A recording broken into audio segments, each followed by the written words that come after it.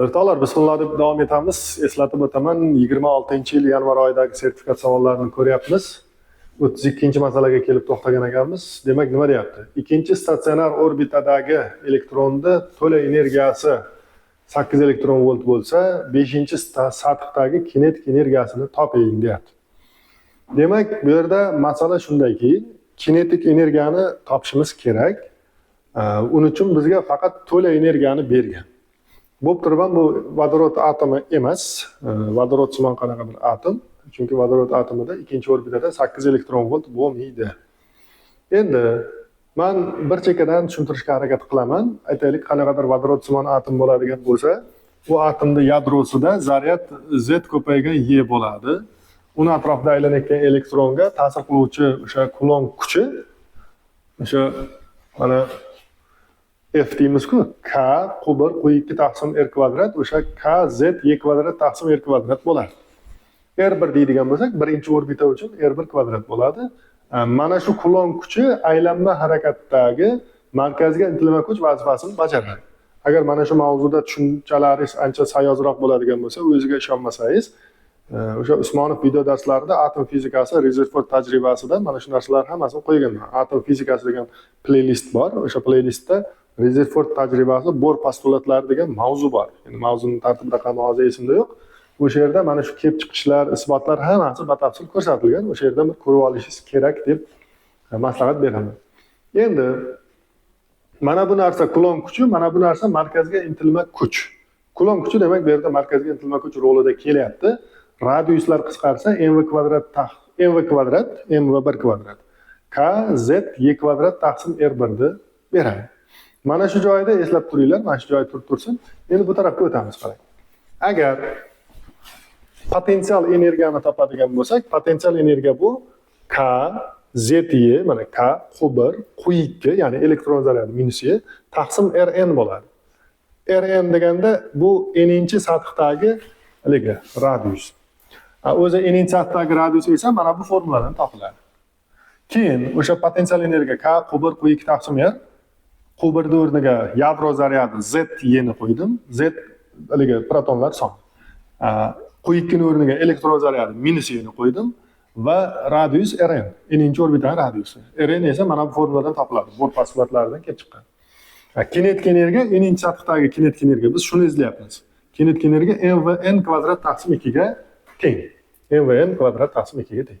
Shunda vn teng bo'ladi, v1 taqsim nimaga? N ga. Bu ham o'sha Bohr postulatlaridan bor. Endi radius o'rniga buni, tezlik o'rniga buni qo'ysak, mana bu ifodalar bizda nima bo'ladi? Hosil bo'ladi. Endi xo'p. Mana shu yerda yashilni olib olishimiz kerakmi deymanda. Yashilni olib olishimiz kerak ekan. Haligi mana bu ikkita narsa, mana bu ikkita narsa. Potensial energiya va kinetik energiyani n'inchi sathga bog'lanish formulasi bo'lyapti. Keyin qarang. Mana bu yoqqa e'tibor qiladigan bo'lsak, mana bu n kvadratni tepaga shunday chiqarsam, minusini bu yoqqa o'tkazsam, k z y kvadrat taqsim r1, mana k z y kvadrat taqsim r1 kinetik energiya formulasiga bo'ldi. Agar m v1 kvadrat taqsim 2 ni topsak, 2n kvadrat bu yoqqa chiqadi-da, 2n kvadrat y kinetik n bo'ladi. m v1 kvadratni topsak. Agar k z y kvadrat taqsim r1 ni topsak, unda n kvadrat bu yoqqa chiqadi-da, minusi bu yoqqa o'tib, mana bu narsa bo'ladi. Mana bu narsa bunga teng. Mana bu narsa esa bunga teng. Ikkovini bir-biriga tengligidan bularni nima qilardik? Tenglab oldik va bizda mana bu ifoda paydo bo'ldi. Ya'ni potensial energiya kinetik energiyadan modul jihatdan 2 marta katta bo'ladi, minus ishora bilan. Endi bu narsa bizga nima uchun kerak? Bizda mana to'la energiya bor o'rtoqlar. To'la energiya. O'sha to'la energiya potensial va kinetik energiyalar yig'indisiga teng. N'inchi sathdagi energiya degani mana shu ikkita energiyaning yig'indisi degani. Agar biz potensialni o'rniga minus 2 ta kinetik qo'yadigan bo'lsak, bizda mana bu nima bo'lib qoladi? Bittasi ayrilib y kinetik barobar y1 taqsim minusdan o'sha minusdan y1 taqsim n kvadrat bo'lib qoladimi? Mana shunday narsa bo'lib qoladi. yoki aytaylik minusdan en bo'lib qoladi. Mana y1 taqsim n kvadrat bu nima bu? N'inchi sathdagi energiya formulasi. Keyin misolni berilishiga qaytamiz qarang. Berilishiga ko'ra, ikkinchi sathdagi to'la energiya 8 elektron volt. Elektron voltlarni qulaylik uchun yozmay ketganman. Shu narsani mana ikkinchi sathdagi energiya y1 taqsim n kvadrat qilamizmi? y1 taqsim n kvadrat. O'sha n o'rniga 2 qo'ydim.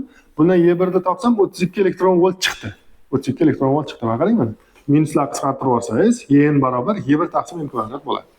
Keyin y kinetik 5 bu minusdan y5 ga teng. Yoki y5 degani y1 taqsim 5 ni kvadratiga teng. Endi y1 ni o'zi nima edi? Minus 32 edi. Minus 32 taqsim 25 bu 1.28 elektron volt degan. Xo'p, endi mana shu yerda bu muhim misol bo'lgani uchun qaytadan bir qilib tushuntirib beraman. Demak, eslab olamiz. Birinchi eslatma, agar mana shu narsalarni tushunishda qiynalayotgan bo'lsangiz, Bohr postulatlari Rezerford tajribasi degan o'sha Usmonov video darslarini YouTubedan kirib ko'rib olishingiz kerak. Qat'iy maslahat, o'sha fizika repetitor kanalini bilsangiz kerak. Shu yerdan olib atom fizikasi degan playlist bor. O'sha playlistga kirsangiz, nechinchidir mavzu. Usmonov kitobida nechinchidir raqamdagi mavzu. Uni ko'rib olasiz. Ko'rib olganingizdan keyin mana uni qarasangiz, tushunishingiz oson bo'ladi. Men bu yerda mana bu narsalarni isbotini o'sha yerda ko'rsatganman.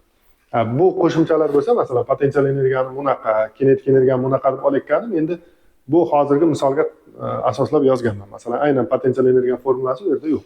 Bunaqasi, chunki bu qanaqadir atom, uni yadro zaryadi Ze bo'lishi mumkin. Keyin mana bu masalan kvantlanish qadami, masalan, impuls momentini kvantlanishi yoki mana bu o'sha Kulon kuchini markazga intilma kuchga aylanishi, bulari o'sha yerda ham bor. Xo'p, keyin bu yog'i nima bo'ldi qaranglar. Mana ikkalasidan radiuslar qisqartirib, n/1 kvadrat kz y kvadrat taqsim r1 ga tengligini topib oldim. Chunki birinchi energiya bu bazada har doim birinchi energiyadan foydalanamiz.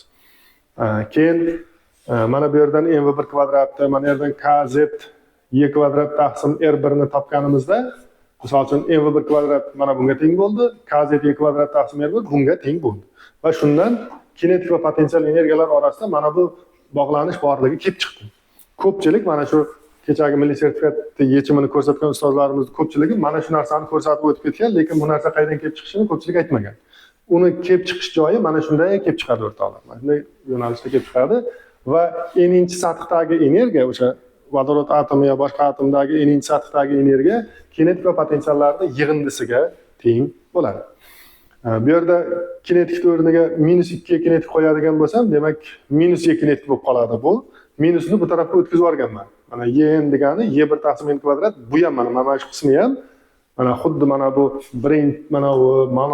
bu bu formulalar hammasi o'sha Bohr postulatlaridan kelib chiqqan formulalar. Kelgan bu yoqqa o'sha kelgan formulalar. Endi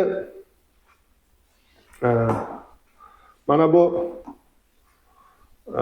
y1 taqsim n kvadrat y ga tengligi, y potensial bilan y kinetik yig'indisi ham y ga tengligidan oxir oqibat y kinetik energiya minusdan yn ga teng bo'lishi kelib qoldi. Endi kimdir shu yerda o'ylashi mumkin.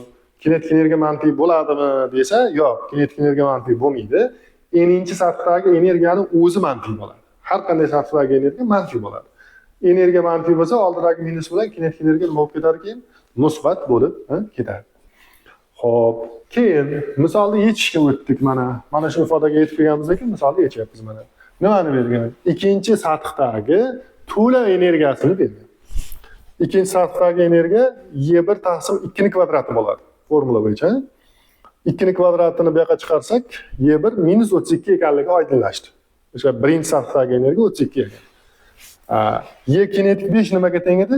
Y kinetik 5 mana endi o'rniga 5 qo'ysak, bu y5 ga yoki y1 taqsim 5 ni kvadratiga teng edi minusi bilan. y5 minus y5 ga yoki minus y1 taqsim 5 ni kvadrati. Minus y1 da o'zi nimaga teng edi? -32.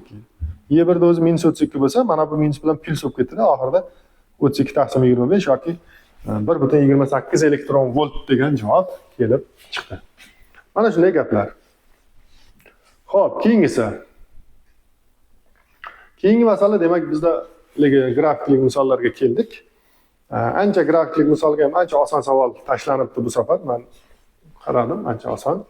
Hop, faqat bitta ikkita joylari bor. Bunda 2 dan 3 ga o'tish adiabatik jarayon. Ha. Xullas 1, 2, 3 o'tishdagi ichki energiya o'zgarishini aniqlang degan savol bor. 33-savol. O'sha 33-savol. 1 dan 3 ga o'tishda o'rtoqlar. Bu yerda eng boshidagi o'sha 4p0 bilan v0 ni eng oxiridagini mana p0 bilan 3v0. p0 bilan 3v0 ni olasiz. 4p0 bilan v0, p0 bilan 3v0 ni olasiz, bo'ldi mana. p0 ko'paygan 3v0 mana bu yoqdagisi. Oxirgi p2 v2. 4p0 ko'paygan v0 bu p1 v1. Mana unday umumiy formula bor-da, mana delta u barobar I taqsim 2 p2 v2 minus p1 v1 degan formula bor o'rtoqlar. Bu yerda p2 v2 oxirgi bosim bilan oxirgi hajm, p1 v1 boshlang'ich bosim bilan boshlang'ich hajm bo'ladi. Ularni mana shu qo'yganmiz bu yerda, shuni hisoblaganimizda minus 3p0 taqsim 2 chiqqan. Demak, bu yerda ichki energiya nima qilar ekan? Kamayar ekan. Kamayadi. Aniq ichki energiya bu yerda hech qanday shak shubhasiz kamayadi. Shunda ichki energiya o'zgarishi manfiy bo'ladi, lekin bizda unaqa javob yo'qligi uchun musbatini belgilab qo'yaveramiz. Mana bu F javob mana shu 33 ga to'g'ri kelyapti. 3p0 taqsim 2. Bir atomli gaz degan. Xo'p, 33 ketdi, 34. 1, 2, 3 o'tishda issiqlik miqdori qancha deyapti. Endi bizga ma'lum 2 dan 3 ga o'tayotganda adiabatik jarayon bo'lgan. Adiabatik jarayonda mana Q 2-3 desak, bu 0 bo'ladi. Adiabatik jarayonda hech qanday issiqlik miqdori gazga berilmaydi. O'z-o'zidan umumiy berilgan issiqlik miqdori Q1-2 bo'ladi. 1 dan 2 ga o'tishdagi issiqlik miqdori bo'ladi. Bu narsa nimaga teng? Bu narsa I + 2 taqsim 2 P delta V ga teng. Shunaqa formulasi bor. Endi bu yerda izobarik jarayonda mana bosim o'zgarmayapti-yu 1 dan 2 ga o'tishda. Izobarik jarayonda ana shu I + 2 taqsim 2 P delta V bor. P ni o'rniga 4p0 qo'ydim. Delta V ni o'rniga 2v0 dan v0 ayirib yuborsangiz delta V v0 bo'lib qoladi. Shundan I ni o'rniga 3 qo'yamiz, bir atomli. 3 ga 2 5. Shundan hisoblasak 10p0 v0 degan javob bo'ladi. Bu narsa demak nima? E javobga to'g'ri kelyapti. 34 bo'ldimi? 34 bo'ldi. Keyingisi 35. 1, 2, 3 o'tishda bajarilgan ishni toping deyapti. Demak, umumiy bajarilgan ishni so'ragan. Bu yerda nima qilamiz qaranglar. Umumiy ish ikkita ishni yig'indisiga teng. Mana birinchi ish bilan ikkinchi ishni qo'shsak, umumiy nima chiqadi? Ish kelib chiqadi. Birinchi ish nima bu? To'rtburchakning yuzi. Bu juda qiyin narsa emas. Shunda 4p0 v0 o'zi tayyor. Endi masalan ikkinchi ishni topishda. Ikkinchi ishimiz mana bunaqa narsa qarang mana. A2 minus delta U2 ga teng deb yozganman bunaqa mana. Kattaroq yozaman agar ko'rinmayotgan bo'lsa. Adiabatik jarayonda bu narsani menimcha hammamiz bilsak kerak. Mana. O'sha ichki energiyaning o'zgarishi n minusligi ishga teng yoki ishni minusligi ichki energiyaning o'zgarishiga teng. Endi ichki energiya o'zgarishi o'zi qanaqa formula edi desam, bunaqa edi, eslanglar bo'lsa. Delta U barobar boya tepada ham yozdim shekilli, mana formula mana. P2V2 minus P1 V1. Endi P2V2 degani jarayon oxiridagi mana P0 bilan 3v0 P2V2 bo'ladi. P1 V1 degani 4p0 va 2v0. Mana shu 4p0 bilan 2v0 bu P1 V1 bo'ladi.